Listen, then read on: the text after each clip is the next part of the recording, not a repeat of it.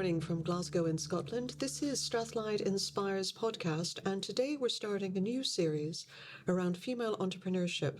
I'm Caroline Whitfield. I'm a doctoral research in entrepreneurship at the Hunter Centre of Entrepreneurship in Strathclyde Business School.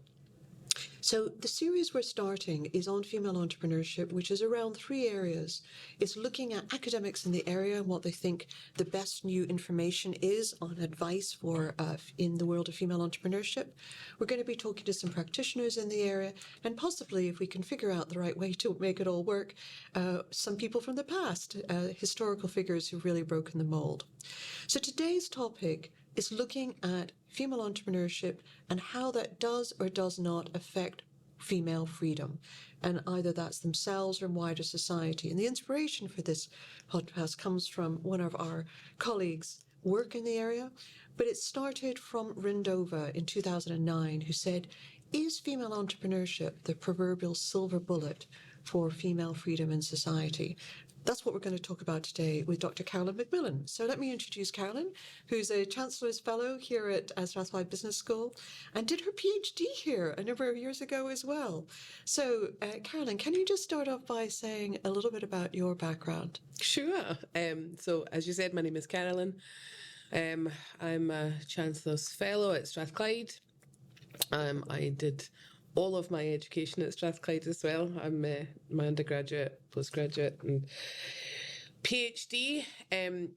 I am originally from the west coast of Scotland, and I'm a mother, working at universities. It's always been, I had a little bit of engagement with entrepreneurship myself as a practitioner, but research has always been something that very much interests me.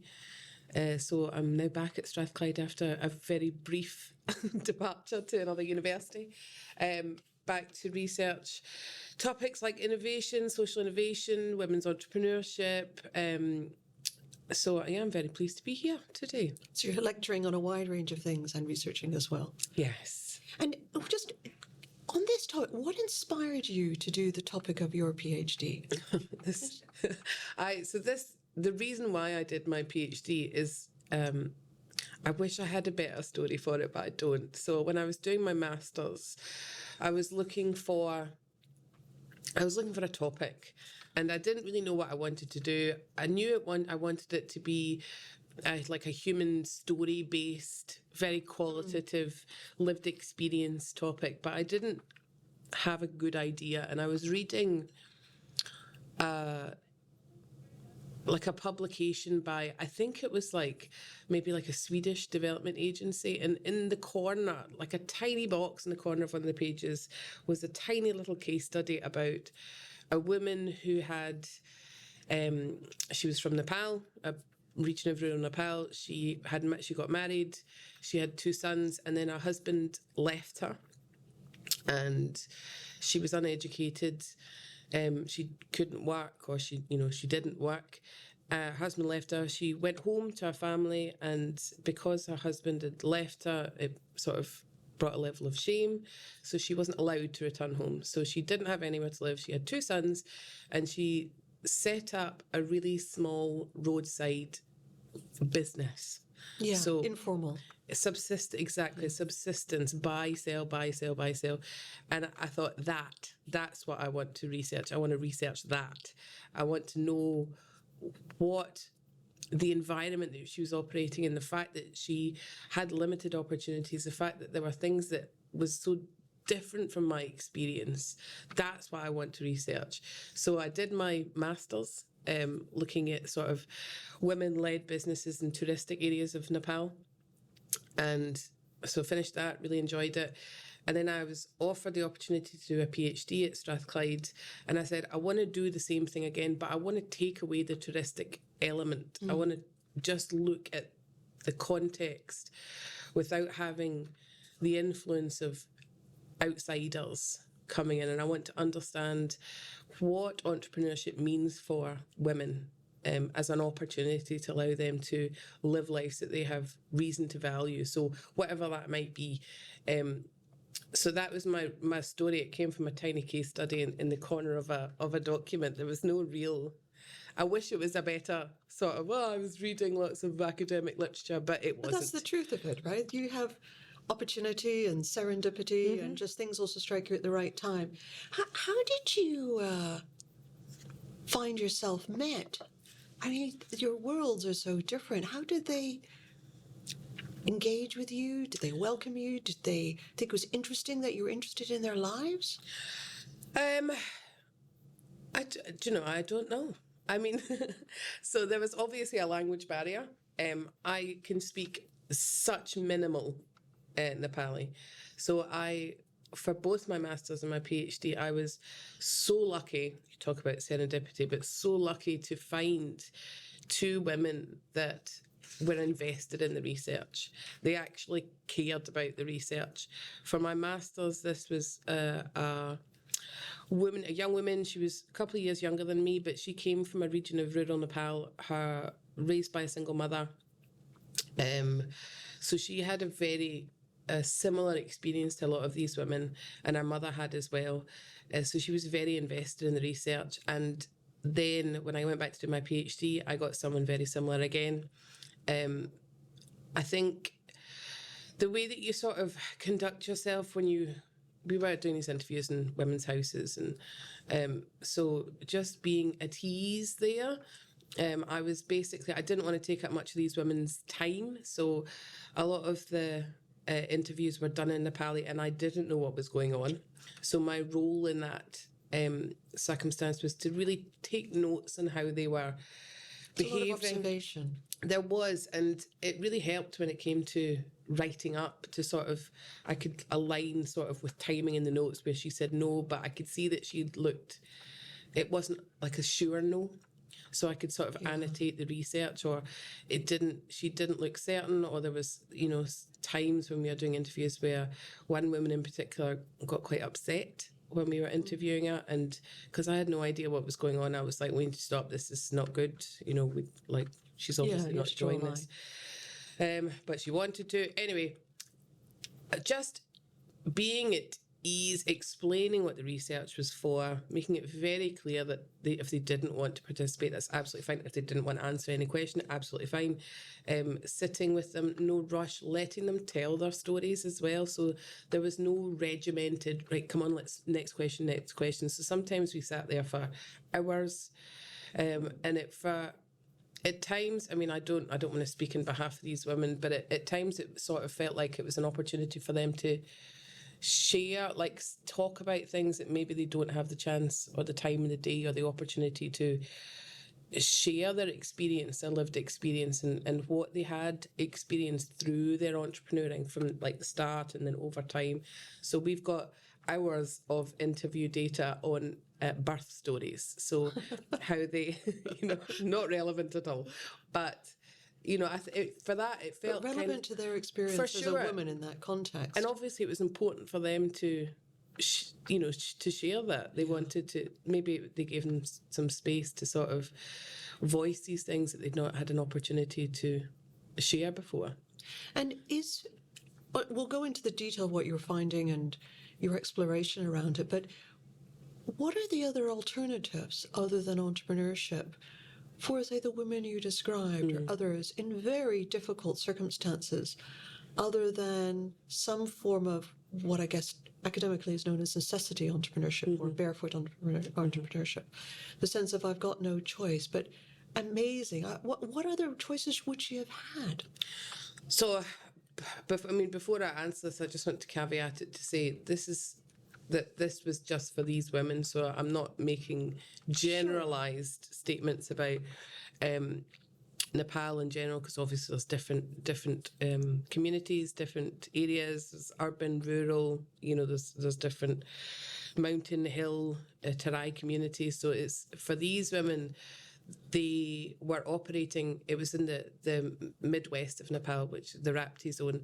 And if you have a quick dig into the recent history of Nepal, the Rapti zone is where the People's Movement started. It was a 10-year civil war, which was driven by people feeling that they were being left out of the conversation. That a lot of the focus was going on Kathmandu, that there's a lot of inequality, so it was very much based in people feeling marginalised, left out of the conversation, whether it's in terms of caste or gender or ethnic minorities. So this feeling of an unjust sort of what the state, or at the time the people in power, had sort of left these areas to without much support. Very much subsistence on agriculture in that area, a lot of male migration. So a lot of communities there, you'd find very few men or men of working age. You'd find So they'd be working abroad and sending remittances back to their families. They would, yeah. I mean, in theory. So a lot of the stories we had were women saying that yes, their husbands did go abroad, or they got very sick while they were away with unknown. They didn't know why they were sick or what was wrong with them, but it meant that they would come back without any money. They'd be in large debts and they couldn't work. But they would go to Malaysia, they'd go to the Middle East. So a lot of communities, it was just women and boys and elderly men living there. The opportunities for the women, agriculture, a lot of the women would previously be engaged in daily labour, which they called breaking stones. So it was basically, to be honest with you, I'm not sure where these stones were going, if it was being shipped to Kathmandu for construction or whatever, but they would take stone and chip it away, and they'd either be paid in money for the day or they'd be paid in food stuffs. So not many opportunities. Basic, simple, for sure. Simple opportunities. Yeah. So, but they weren't. The thing is that most of the women, the most educated women I spoke to, had finished high school. So a lot of them had never attended school, or they'd attended school to a certain point and then left. So they didn't have sufficient education to help them get a job, which was the preference. So they didn't have many opportunities available to them. And entrepreneurship is, something that is perhaps more easily accessible by a broad range of people. well, it puts an interesting perspective on when people think of the barriers to starting a business, perhaps self-imposed, when in these circumstances it's the opposite. Very little else can be done. Could you perhaps say a little bit about the location where you're doing your research? Because I think you were working within a certain place and certain structural organizations. And then maybe we can talk about what you found around it. But maybe you could just set the scene a little about the location and the structure in which you were working. Sure. So I don't recommend that PhD students do this. But when I went to Nepal, to Kathmandu for my PhD, I didn't actually have a plan. Some honesty. Fantastic. I knew it would work out. That's what we all do. But we can't admit it. I had done some desk-based research on organisations. I knew I wouldn't be able to do this alone. I knew I wouldn't be able to go to the places that I wanted to go without some sort of support, because it would take too long to find women to talk to. I wanted to find an organisation that would perhaps sort of provide a structure or even just some guidance about where to go. So I had no plan. It could have been like, go to this village here, there's 20 women you could speak to, or find this place. But I was so lucky when I got to Kathmandu, I just went to the offices of an organisation called the Micro Enterprise Development Programme. And this is a state-led, at the time, it was a state-led programme that was developed by the government with the support of the UNDP, and then funded by international donors. And that the donors had changed over time, so it included Australia Aid, DFID, US Aid funded it for a while. So it had a number of funders to support the programme, but it was state-led. So I went to the offices, and I was very lucky, more serendipity, to visit when they were having their annual sort of summit, maybe not summit's not, but like a meeting, so national meeting, where they bring all of the representatives from all the districts to Kathmandu to talk about what's happening moving forward, plans for the organisation. So when I got there, the people who led MEDEP in the Rapti zone were actually in Kathmandu, and I spoke to them about what I wanted to do. They were very supportive.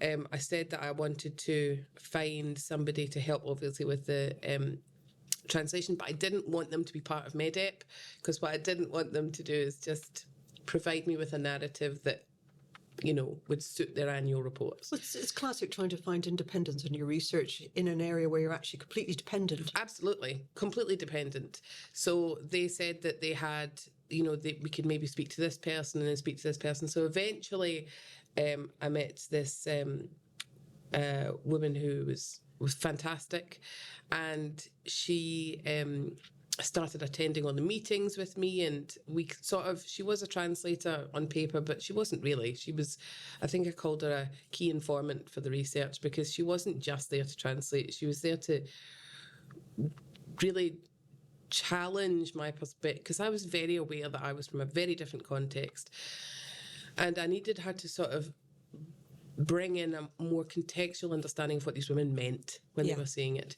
So the organisation said that they would help me. They actually provided me with a vehicle, which was like a UN pickup truck, which I don't think was a huge cost for them, because they were having to transport their staff back up there anyway, because they were in Kathmandu. So it just took a couple of days longer than I think would have normally. So we went on this road trip with the MEDEP personnel right up to Rukumkot in Rukum, which is a district of the Rapti zone, and all the way back down again.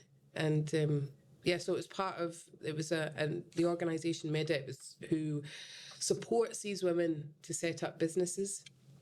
They provide them with training. They very much help them choose what business they should be running based on a market assessment. They do a review of resources in the area. So they were very active in terms of what you might consider entrepreneurship, identifying an opportunity. It was done by the intermediary. Evaluating it was done by the intermediary, and then exploiting it. It was really done by the intermediary, but also by the women. So the women played at the beginning, a very passive role in the process. But over time that changed as they sort of started running their business, started running their enterprise, either individually or as groups. So that's a really interesting intervention, because it's the conundrum everybody thinks about if they want to start a business. Where do I get an idea? Yeah. How do I go about this? And in entrepreneurship, there's a view around the concept of effectuation. Basically, dig where you stand. Start with what you've got. Don't think of something big and futuristic. And yet it's interesting that the unlocking of their capability was through intervention. What do you mean when you say it changed over time? I mean, that's also suggesting that they had very little sense of what they can do, and yet over time they developed more. What was sort of that passage like for them in their own experience? So, I mean, I think two things. I think MEDEP, I feel, were very clever in what they were doing. They used existing structure within the community. So they used existing state bodies, sort of, representation to deliver the programme. So the staff that were running this on a day-to-day basis were already embedded in the community. People knew them. They knew who they were. So it wasn't like outsiders coming in and saying, this is what you should do, this is how. No. So it's sort of grassroots from within the community. So there was a level of trust there as well. So they would bump into them in the street. It wasn't like they were in an office, like in a sort of ivory type tower kind of thing, saying this is what you should do. They would bump into them in the street. They were part of the community. Quite often they would recruit gender balanced as well. So there would be male and female staff for them to talk to. But what MEDEP did over time, I think they did two things. The first is that they certainly helped them develop their enterprising skills. So they would write a business plan with them. They would look at the cost of things. They would find them a business that they knew would make money, or maybe not new is maybe a bit of an overstatement, but had a good chance of making money. So one of the examples is in Rucomcott, right up the top, we spoke to two women who were running a business together, and they were running a donut business. And when MEDEP spoke to them, they said, and this is like one of the quotes from the interviews, MEDEP told us that we could run a noodle business or a donut business. And they told us that noodles would have more investment and donuts wouldn't. So we chose donuts. But they didn't know what a donut was. That's When they hilarious. chose donuts. They just It's knew very that it would moving, cost less. really. I mean, and it was a success. They were selling out every single day. Every single day they would make donuts, sell them. It was going really well. It'd been very well received by the community. So they set up these businesses, and then they would help them over time if they had challenges. When we were there, actually, the women had said that the cost of sort of the ingredients had gone up, and they didn't know what to do. They were worried about what the community would say with the prices going up and stuff like that. And MEDEP gave them real justification to say that's what happens with a business. It's okay. You just explain the price has gone up for me, blah blah blah. But they felt, I think they needed MEDEP there to sort of give them the reassurance that they could do this, that they could run the business. So that's the first thing they did, very enterprise focused, very much focused on their capability within the business. But the other thing MEDEP did, which enabled the enterprise development and growth and sort of knowledge, was that they really legitimised the women taking on these roles within the community. There's very much within these communities, back to caveats about I'm not making generalised statements about Nepal, but gendered separation of space. So women stay at home, they raise children, their wives, their mothers, and they don't operate outside the home. So the outside the home is the male space. And for these women to run businesses, they were really engaging with the male space, and that challenged gendered expectations of behaviour. And family expectations as well. For sure, within household as well. And the women were, particularly in the early stages of their entrepreneuring, facing enforcement mechanisms, if we're going to use institutional theory, but like negative response from within their households and out with their households as well to what they were doing. And what MEDEP would do is they would very publicly advocate on their behalfs. So if the women were challenged, generally based on caste, in the outset, from what the stories that we were told, MEDEP would publicly go and speak to the people who had said things about the women and say, in law, in law, Nepal has very progressive laws relating to gender, relating to caste, and participation. They've got very inclusive laws related to their constituent assembly in terms of reservation policies for women, people of low caste and ethnic groups. Some of the most progressive in the world, and they are recognised as some of the most progressive in the world. But in practice, this hasn't filtered down. And so the gap between, in academic speak, formal and informal institutional structures. Absolutely. So formal one, it looks great, but informally, practices on the ground lag. For sure. And I think that, that's, similar. And a lot of you can change a law like this, but you cannot change culture over time. It takes a long time to change culture, and it takes a lot of education and a lot of challenging these sort of discriminatory practices. And if you're not aware that there are laws in place, or you don't have the voice to challenge it, then things will be maintained. So what MEDEP would do in these circumstances is that they would go and speak to people and say, what you're doing is not legal. You cannot say these things about women, about people of low caste. This is the law, and what these women are doing is not against the law, and it is legitimate. So stop doing it. So over time, the community either they stopped voicing them to the women, or the women felt more comfortable adopting the roles within the communities.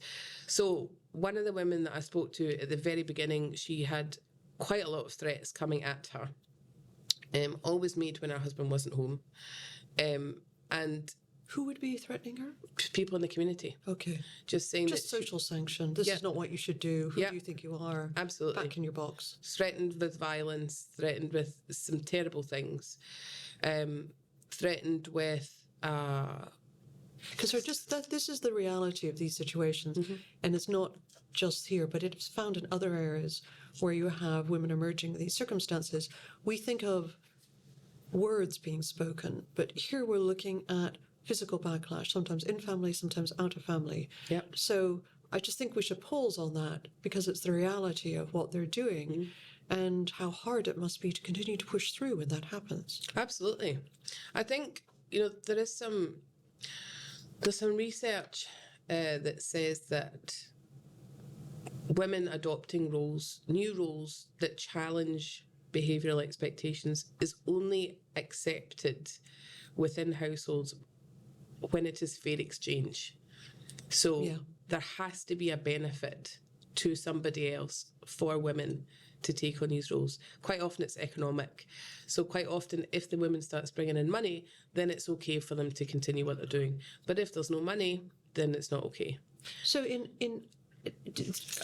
let's also return to what you were saying on the challenging of the social norms, but I also think we can also talk a little bit more about economic and social production. But the social norms, MEDUP was going along and actually almost facilitating a wider change, because there's a lot of discussion. Biscieri is a philosopher. She's done a lot of work on actually what changes social norms. And her view is that you actually, exactly as you say, people sublimate their actual opinion, but they will express themselves once they see that the general midpoint, as it were, has shifted. They will then express their behavior differently. And it's only really the following generation. So you don't actually change people's view, but you can change their expression of it. So I guess in a academic framing, what MEDUP was doing was making a strategic intervention to move the midpoint of opinion such that others thought it's no longer appropriate to behave in that way, and therefore over time other people would model that and the culture would change. But how do you think that do you feel that the social norm changed? Did you observe it?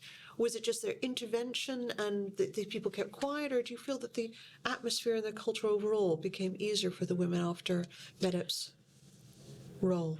I think for the women that I spoke to, their lives got easier. Maybe not that they stopped facing prejudice, but they were better able to dismiss it when they did. So they felt what they were doing was legitimate. They didn't really care what people said when they approached them. So the woman that I was talking about before, at some point later, when she'd been running for a while for 3 years, this same guy that kept coming back to her door, how could I phrase this? He said that she must be a witch. And again, caveats abound here. This doesn't happen everywhere, but it does sometimes happen in very rural areas. Well, you've got a long history in Europe of problematic, as it were, women doing different things, being charged with witchcraft as a way to control. So That's what the research now says. So in Nepal, when that happened, in cases, not all the time, certainly diminishing, but it can sometimes result in the death of the accused. I think he was the former Prime Minister, spoke on International Women's Day recently of Nepal, saying that it still happens. Not often, but it does still happen. It's just another enforcement mechanism to keep people in their place. I think for her, when she was faced with that, she said casually, as you like, in the interview, "I must be a witch then," and she was very dismissive of it, and he went on his way. But I can't imagine that would be the case for everybody when they were facing those sort of accusations. If they didn't feel able if they didn't feel legitimate in what they were doing, that would probably weigh quite heavily on them. I mean, Mary Beard has done a lot on this, looking at in her writings all the way back to obviously Roman times, where I think it was Hortensia was one of the first who stood up and said women should have their own voice. And how can they? They're women, they can't have a voice. But that idea of the backlash comes from articulating or even acting in a particular way. I wanted to ask you around this navigation of role, because it seems to be critical to the scope of which women can act and their sense of personal or social freedom or agency. The research in entrepreneurship around women frames some of what you're discussing in the concept of male space being the center of economic production and the female space being the center of social production. And what you're describing is women expanding their personal freedom and capability also to go into economic production. How permanent do you think that move has become for them? Have they staked out new public space which has enabled them to forever have an expanded sense of agency in their lives? Well, that's a question. I mean, the answer is, Caroline, I don't know. I did my PhD, and then I went back, when did I go back? Let me do some quick maths. 3 years later? No, that can't be right. 5 years later, to find him again. And because what I wanted to do, so here's a bit of what I wanted. This just shows what kind of research I was at the time. I wanted to go and speak to them because at the time when I was doing my PhD, I was not a mother, and when I spoke to the women, I would say, not me, but my key informant, one of the questions I wanted to ask them was, why have you set up your business? And the first thing they would say is to eat. So meeting the daily needs, very much subsistence. And then we'd say, and then after that, they'd say to earn money. And then we'd say, but why do you want to earn money? And then they would say to send my daughters to school. That was literally eat, money, daughters to school. And it was consistent across the sample. Everybody said it, apart from the women that didn't have kids. Every person said to send my daughter to school. And at the time, I was not a mother, and I used to be like, oh God, this again. Like, can we just, what? It didn't resonate with you personally. It didn't. I'm interested in your life. That's what I want to hear about you. What do you want as a woman kind of thing? Clearly. Like, oh my I'm God. a mother. This Cringe. is what I want. Exactly. Listen to me. I'm like, what a load of nonsense. But anyway, so then I had my daughter, and I'm like, okay, I get it. So I wanted to, when I, came back, had my daughter, blah, blah, wrote up, finished. And then I started thinking, I wonder if they did educate their daughters and what happened. So earlier on when we were talking, you said, what opportunities do they have? None, very few, because they don't have an education to pursue anything else. There's nothing in the community. But quite commonly what happens is that when students or school kids graduate high school, they then move to Kathmandu or to one of the bigger areas to go to university. And I was interested to see what had happened with the daughters. I wanted to find out, not necessarily, I wasn't really interested in maybe what they were doing, but I wanted to know if they had choice, if they could make more choices than their mothers. Because to be honest with you, when I was doing my PhD, I wasn't really interested in what they wanted to do, but I wanted to know if they could define a life that they valued, and then if they were able to pursue it.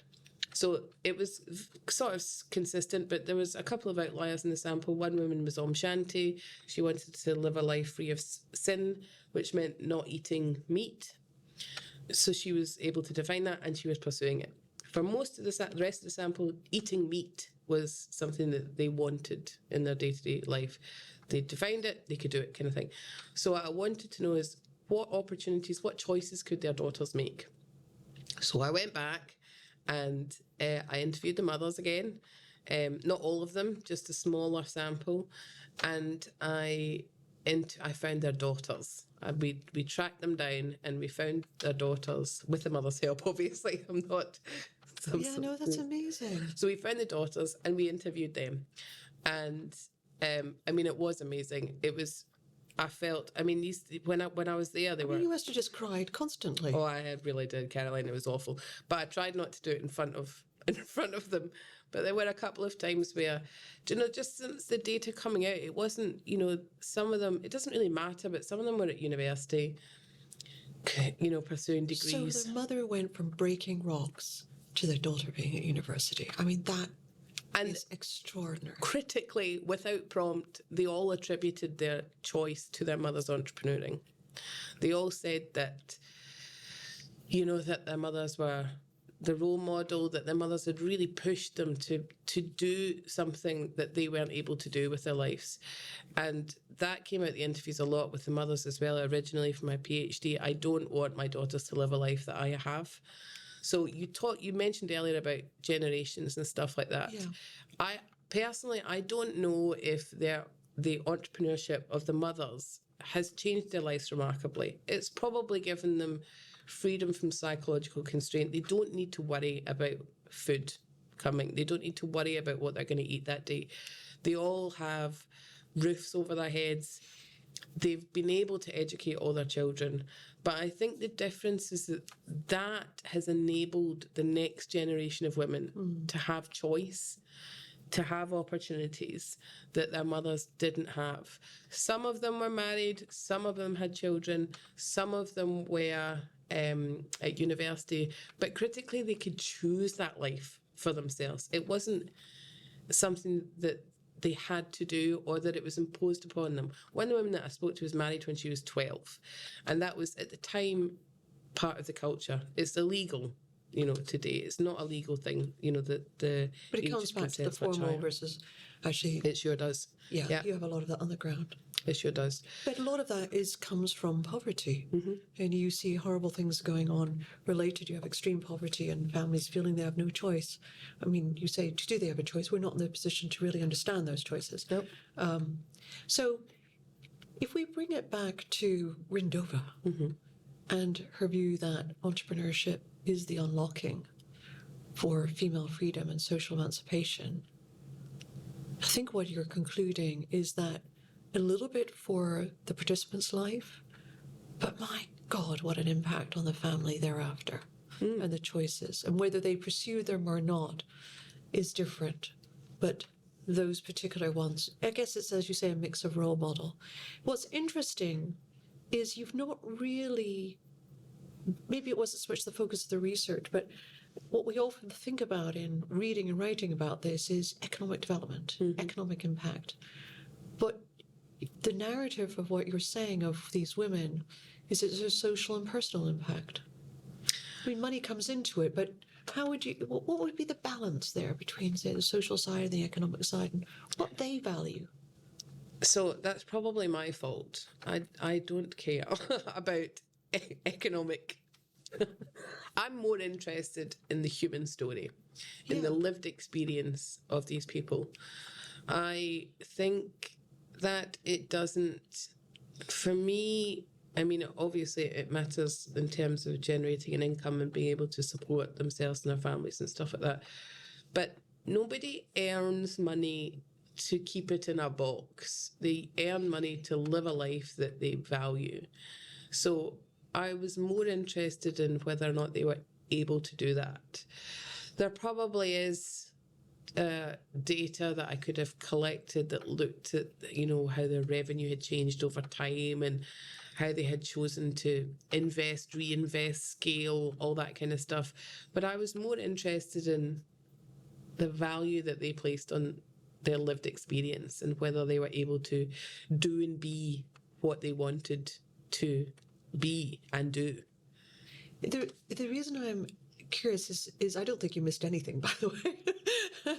I think it's an interesting choice. But one of the challenges at a policy level around entrepreneurship generally is there's a charge made that countries, particularly those in developing contexts, are using entrepreneurship, particularly female entrepreneurship, almost as a substitute for other poverty reduction programs to say, no, we'll empower them to do this.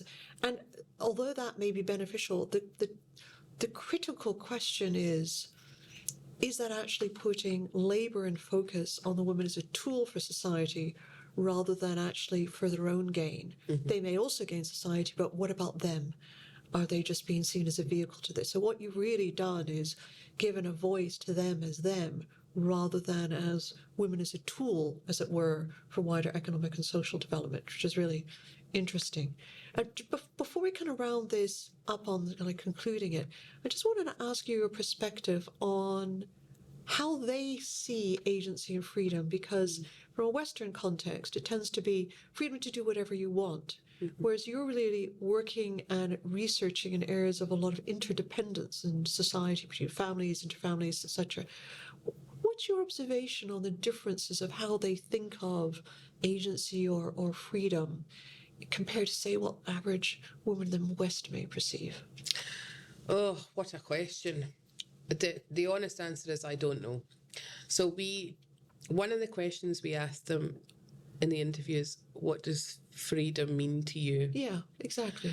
And the response quite often was like, I can do what I want, I can buy what I want, I've got some money to do what I want, basically. Not really very big things. It was a choice. It was about choice more than anything else. But there was one, this is quite a sad story, Caroline. Oh, no, there was one interview with a woman who I actually dedicated my thesis to, because her stories, they will never leave me in my life. Very emotional interviews.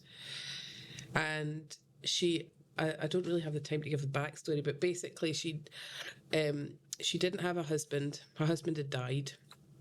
She was very low caste. She moved in with her father-in-law, and at the time his father-in-law was married to a woman. Her father-in-law was married to a woman, and then he took another wife, also illegal. Took another wife. Then the father-in-law died, and the second wife, the younger wife, sold the family home from under them. So she was homeless, without an income. She had 2 goats, 2 sons, who at the time I think were like 13 and 11. And she was then homeless. She had to sell the goats to feed children, and she had nowhere to go. The community that she was living in sort of rallied around her and helped her build a house. She described it as a house of sticks. So it was like, I assume, thatch roof or whatever. She was not able to meet the needs of her children. And the sort of this NGO operating from Kathmandu had been alerted to this, and they visited her, told her that she couldn't keep her children because she couldn't take care of them. So they took the eldest son from her to Kathmandu, left the youngest son there, so splitting up 2 brothers. It didn't seem at the time very, very good at all. And then MEDEP came, gave her the opportunity. She started to earn income as a tailor. And the community essentially turned on her because they assumed that she was making a lot of money doing her business. So she was ostracised from the community. So her youngest son that was with her was obviously not in a great sort of living conditions, having a mother ostracised from the community. Well, that means him being completely ostracised in such an interdependent society. Her eldest son was extremely unhappy at his boarding school in Kathmandu, which didn't communicate well with this woman either, so she had no idea what was going on with her son. So when we asked this woman, what does freedom mean to you? She said, she never heard the word freedom before in Nepali. So the woman that she ran the enterprise with explained to her what freedom meant. And how she explained it was, there's no one there to tell you what to do. No one makes decisions in your house apart from you. No one there tells you what to, how to. It was basically like there was no one within your household to tell you what to do. And she said, well, that must mean I'm free because I don't have anyone in my household to tell me what to do. I'm alone, And when these interviews were transcribed, I was a mess at this point because I was like, this is awful, because she's the opposite of free. Yeah, The freedom community is isn't very- being left on your own in such an environment. You absolutely have to be integrated. But she also doesn't have choice. She doesn't. The reason why there's a reason why there's no one there to tell her what to do is because she's ostracized and she's alone. She doesn't have a husband. Her husband had died, so she said, "I must be free then." And I was like, you're the opposite of free, because society has defined for you what you are and not allowed to do, and it's left you with so little to work with, so few opportunities, so few choices in your life. So that was a really tough sort of interview to hear, because I really felt for her that, anyway, freedom, I think, is about choice for these women, not big related to their identities or how they operate. It was very much about the day-to-day, being able to choose, being able to buy makeup, buy tikka, buy bracelets and bangles. Yeah, just daily sort of not related to who they are and their lives, but just being able to have, maybe you'd call it economic empowerment, to go and spend a small amount on themselves. But it's a bit like coming back to the beginning of the sort of businesses they start, rooted in who they are. Mm-hmm. So they are being who they are, and perhaps a little bit more who they are, because they've got a bit more choices to express it. But as you say, a huge part of that expression is wanting to focus on care for the next generation. For sure. So how do we conclude? Does entrepreneurship make a difference to female agency and social emancipation? What's your last word? I think